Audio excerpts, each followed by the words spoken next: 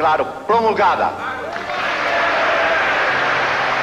o documento da liberdade, da dignidade, da democracia, da justiça social no Brasil.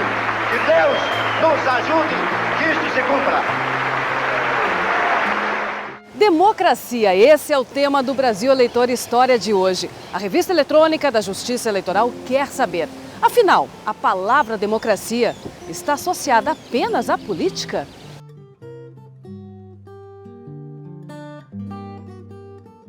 Na minha casa, a gente tem uma democracia. A gente senta, conversa e aquilo que for melhor para a família, não somente a família da casa, mas a família num todo, fora também, vai ser usado.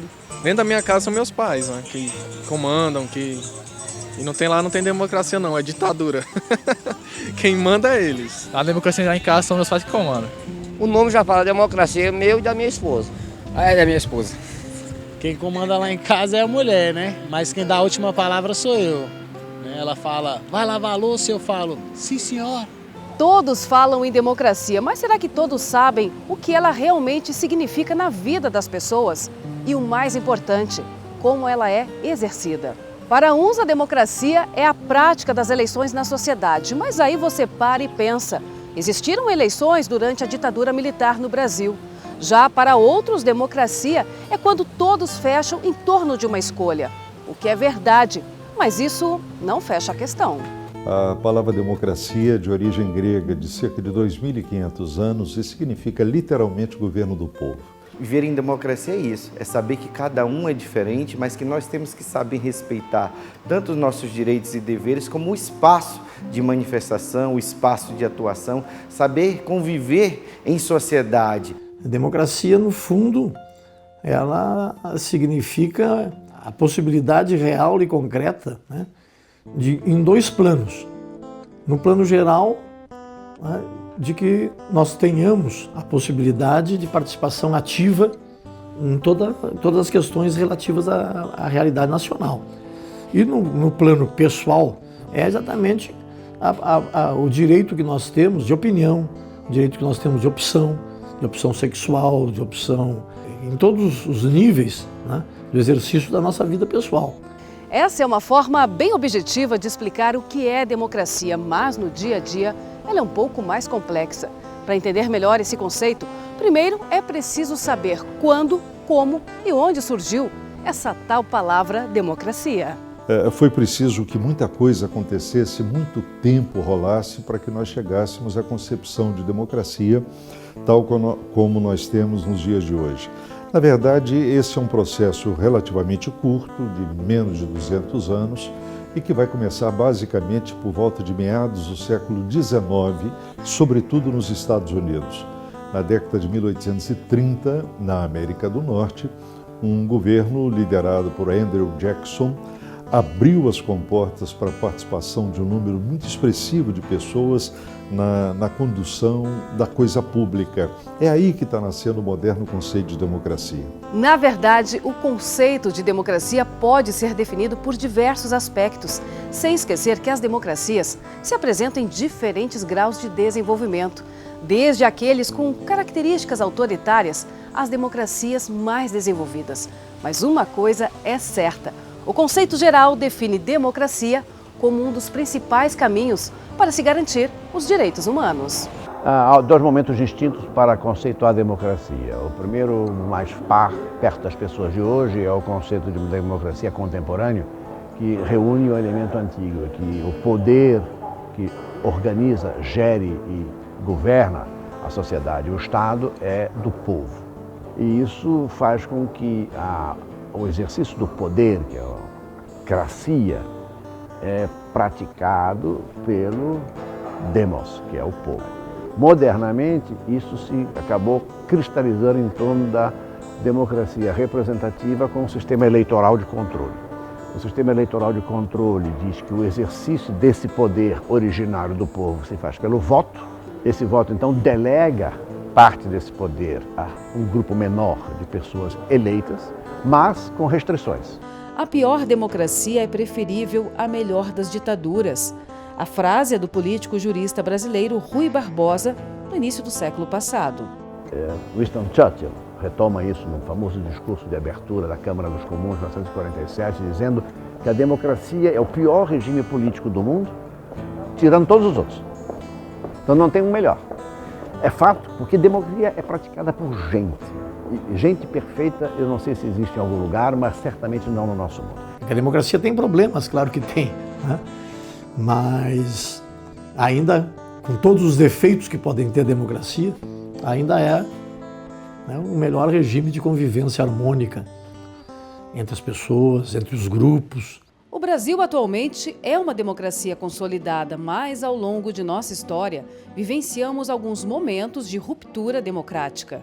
Nós passamos 15 anos sob a era Vargas, de 30 até 45, sendo que de 37 até 45 nós vivemos sob uma ditadura escancarada, uma ditadura sem disfarces. De 1946 até 64, nós tivemos uma fase que em história a gente chama de aprendizado. É um período pedagógico em que, por meio de muitas crises e algumas crises profundamente dramáticas, para que você tenha uma ideia, tivemos até um presidente que se suicidou no exercício do mandato, o outro renunciou com 7 meses de governo e um terceiro foi deposto pela força.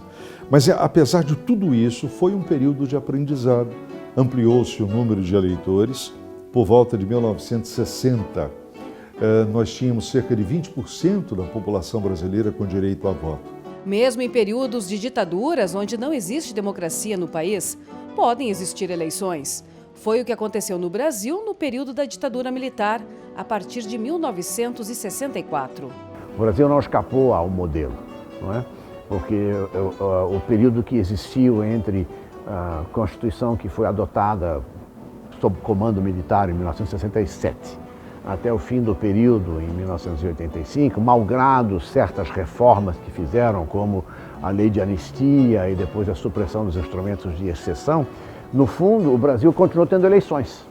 Mas sempre que as eleições deram errado, na expectativa de quem comandasse ditatorialmente o país, eles interferiram ditatorialmente para mudar a regra, que foi, por exemplo, a criação da eleição indireta para governadores e para 1/3 de senadores, porque as eleições normais anteriores tinham dado maioria ao que então era o pobre do partido de oposição, o MDB.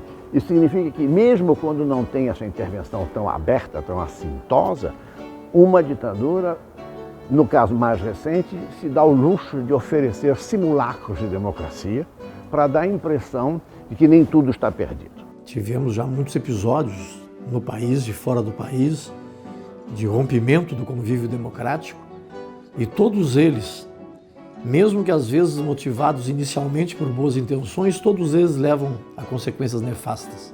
E mesmo em termos de estudos históricos, eu desconheço, principalmente na Idade Moderna, né, qualquer possibilidade de uma plena realização, do pleno desenvolvimento, seja individual, seja de grupo, seja da própria nação, fora de um regime democrático. Ter essa consciência que, para mim, está na base de toda a ideia da democracia, né, que é da aceitação e da compreensão da diversidade como algo normal. Quer dizer, a sociedade é plural. Né? Coitado de nós se nós tivéssemos uma sociedade com uma única opinião sobre todas as coisas. Né? Outro aspecto fundamental da democracia é a liberdade de expressar opiniões. Durante o regime militar no Brasil, a censura representou a principal forma de repressão da liberdade de expressão no país. O cineasta Vladimir Carvalho foi surpreendido pela falta de democracia em vários momentos da vida.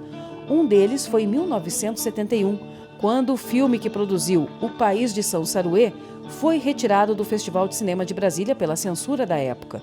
E por toda a década de 70 ele ficou engavetado. O cineasta foi proibido de disputar festivais até em outros países. Um reino desencantado.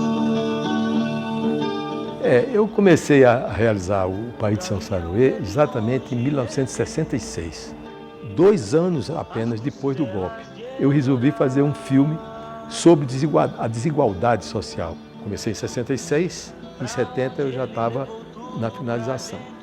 Aí dei entrada na censura e inscrevi o filme no Festival de Brasília de 1971. E não deu outra.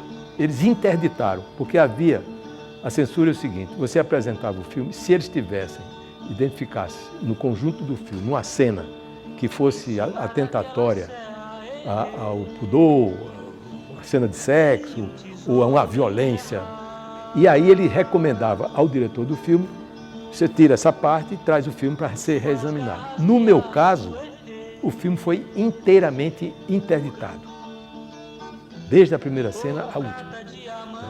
Foi proibido em território nacional e não podia ser exportado e publicado no Diário Oficial.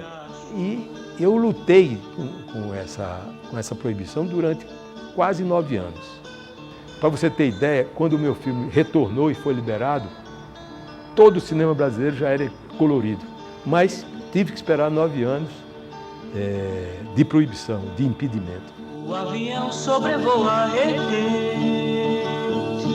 um reino desencantado. O meu filme não era um ataque ao regime ditatorial, não era um ataque não era um filme político no sentido de enfrentar a ditadura, não era isso.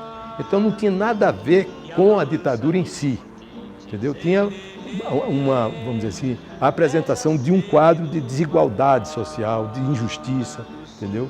O problema era que ele cerceava a liberdade de expressão nas artes, de um modo geral. Como eu lhe disse, foram censuradas o teatro, o cinema, a literatura, a imprensa, a música, né? Até que um dia veio a anistia, né? Porque o povo se organizou, o tempo passou, mas não havia liberdade. Tinha gente presa, torturada, né? Expulsa do país, né? Quantos exilados, quantos não perderam os seus empregos e ficaram aí? Muita gente teve que ir viver fora do país, né? A democracia não é só o nosso direito de ter opinião, mas o respeito à opinião dos demais. E Voltaire dizia o seguinte, eu acho que é uma frase magnífica realmente. Eu não concordo com nenhuma palavra do que você diz, mas defenderei até a morte o seu direito de dizê-las. A ditadura militar chegou chegando, com força total, fechando, e a partir daí, o mundo político, não é, aquilo que se poderia chamar as lideranças que conduziam o processo democrático, todas foram vítimas da ditadura militar. O que foi a ditadura? A ditadura passou a indicar, pelo processo militar, presidente, vice-presidente, governadores de estado, 1/3 dos senadores, para poder eleger o governador que queriam, quando não tinham maioria nas casas legislativas estaduais, caçavam os deputados para poder fazer maioria à pessoa que eles iam indicar para ser o governador, prefeitos de capital, prefeitos de área de segurança, ou seja, todo o processo de condução política do país ficava na mão dos militares. Mas, aos poucos, esse cenário foi mudando. Década de 80, o Brasil começa a despertar. E no final dos anos 70 e no início dos anos 80, tivemos grandes manifestações de rua, primeiro pela anistia, depois pela volta das eleições diretas para presidente da República. Eu diria que esses dois acontecimentos foram sinais evidentes de que o país estava se sentindo maduro por uma prática de democracia. Isso aconteceu com o final do regime militar. A partir de 85, nós passamos a conviver com uma nova forma de democracia, muito menos formal e muito mais direta, muito mais participativa. Talvez o grande símbolo disso seja a Constituição de 88, que é a Constituição que nós temos e que já no seu início estabelece como cláusula pétrea a existência do regime republicano, da federação e da democracia. Em 1988, o povo sai às ruas com desejo de democracia não só estampado no rosto, mas também na alma. E o grito por eleições diretas marca o retorno da democracia. Houve uma eleição que eu acho que é a grande marca de saída do processo militar para o processo democrático. Nessa eleição, o regime militar foi absolutamente surpreendido, porque eles achavam que estava agradando. E aí, nessa eleição, a surpresa foi uma grande votação no MDB, Movimento Democrático Brasileiro. Até que o Dante de Oliveira apresentou aquela emenda das diretas já. Aquilo foi um marco importante, porque houve um instrumento que passou a agregar as pessoas que queriam liberdade.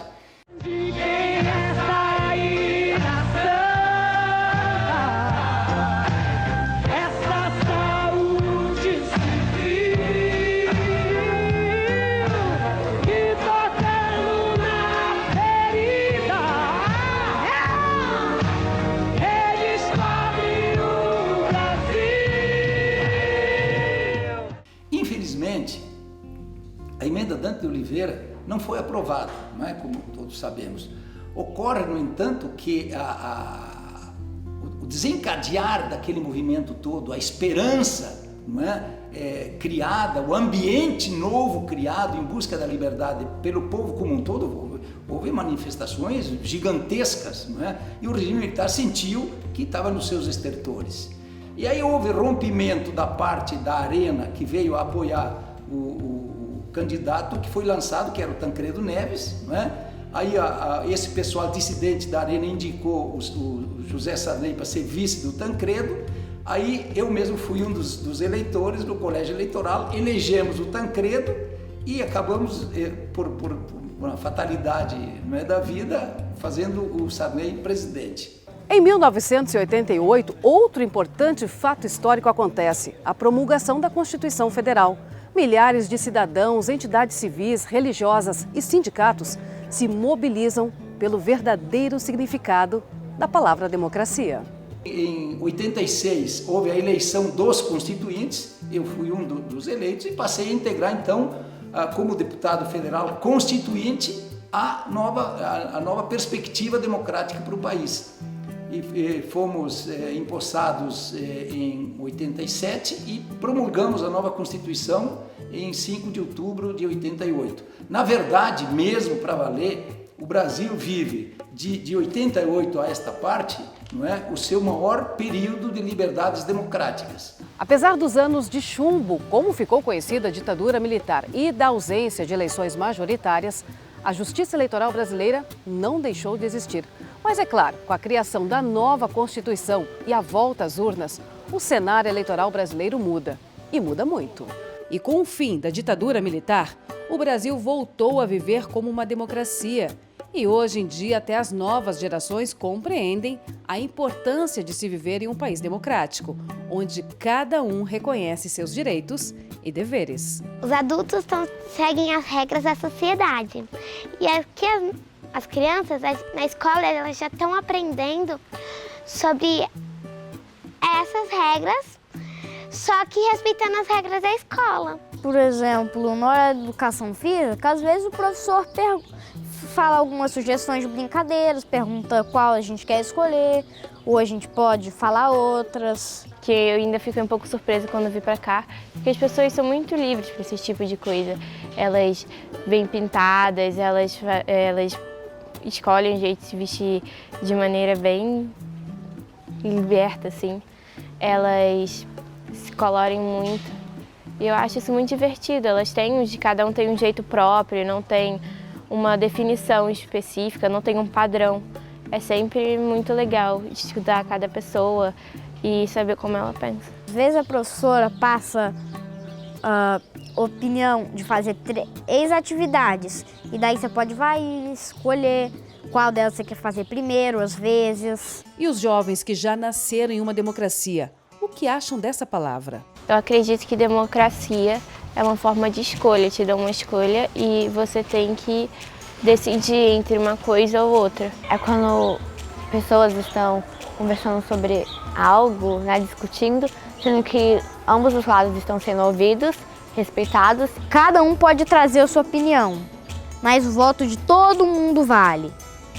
Vale a mesma coisa, um voto de um não vale mais ou vale menos, vale tudo a mesma coisa. Nem todo mundo é igual e nem todo mundo tem que gostar do que o outro pensa. Por mais que a gente seja obrigado a respeitar, a gente não é obrigado a gostar. E mesmo que você não concorde com o que o outro diga, tem que respeitar e saber impor o que você está falando e não é chegar e falar, não, quero isso e pronto. E eu sempre gostei desse tipo de coisa porque não tem um tipo de julgamento.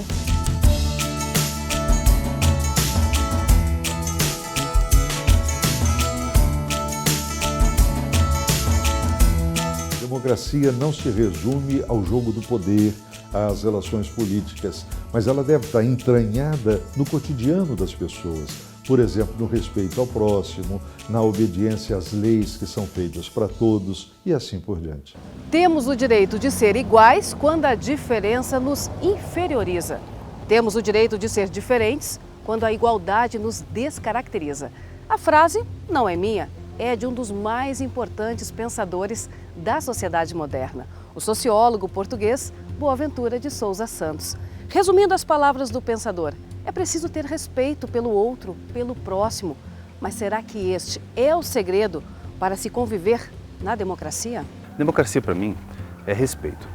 É você aceitar respeitar. Você respeita o ambiente que você está, respeita as regras que você está, você respeita o direito dos outros e você respeita também os deveres que você próprio deve cumprir para participar desse grupo democrático.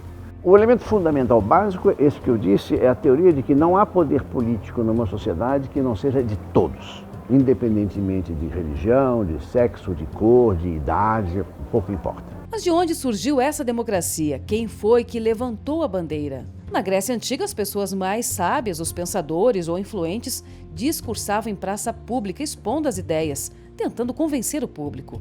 Depois de todo um discurso, o cidadão escolhia de que lado ficar. Os temas iam de política a problemas na cidade e tudo era resolvido por meio do voto. É daí, dessa época, que surge o conceito de democracia como governo do povo. A raiz remota dessa noção de democracia é a democracia grega, notadamente a democracia ateniense. E a democracia ateniense não é uma democracia universal, em qualquer lugar. A democracia ateniense é só para os cidadãos plenos da Acrópole ou da Ágora de Atenas, da praça pública, e exclui todos os moradores de Atenas que pertencem à categoria de escravos ou que sejam estrangeiros. Apesar da Grécia naquela época ser o berço das discussões, imagine se o método usado de discurso em praça pública fosse adotado hoje. Seria muito bate-boca, provavelmente. Por isso surgiu a democracia indireta. Indireta? Como assim? Democracia indireta. Eu imagino que seja quando alguma pessoa que possui algum cargo político indica a outra. No caso do presidente, vamos supor que ele está lá por causa da coligação dele. A gente votou em outro, mas ele está lá por isso. Acho que seria mais ou menos isso, né? Democracia indireta ou representativa é aquela em que o cidadão repassa a vereadores, prefeitos, governadores, deputados estaduais, federais, senadores e presidente da República a missão de defender os pontos de vista. Então, há uma restrição representativa, ou seja, não é cada cidadão sozinho que exerce o poder à sua guisa, mas ele delega esse poder mediante o voto a um grupo menor de eleitos. O exercício do direito de voto, ele, na verdade, é o esplendor da democracia, então ele é a plenitude da democracia, porque ele concede o direito de escolha à população, né, de escolher os seus representantes, e é exatamente essa a função do voto, no particular da democracia brasileira, e acredito que nas demais democracias existentes nos países soberanos. Mas assim como na Grécia, espaços públicos continuam sendo o principal cenário para reivindicar mudanças. Foi assim nas diretas já, os caras pintadas e o vem pra rua. Há na Constituição Federal a previsão da livre manifestação, do direito à livre manifestação, desde que exercido dentro dos limites legais. Então, no meu ponto de vista, o exercício do direito, da garantia fundamental de livre manifestação, de livre opinião, ele deve ser assegurado pelos órgãos de segurança pública. É claro que a população deve ter consciência de que esse exercício, o exercício desse direito, deve ser cumprido dentro dos limites da lei. Como você viu, a democracia engloba o respeito à diversidade de opiniões e ideologias. Nela não existe exclusão. Em resumo, onde não há liberdade e igualdade, não existe democracia. Onde não há debate de ideias e enfrentamento de conflitos, não tem como a democracia sobreviver. Esse foi o Brasil Leitor História de hoje, a revista eletrônica da Justiça Eleitoral. Fica por aqui. Até a próxima. Tchau!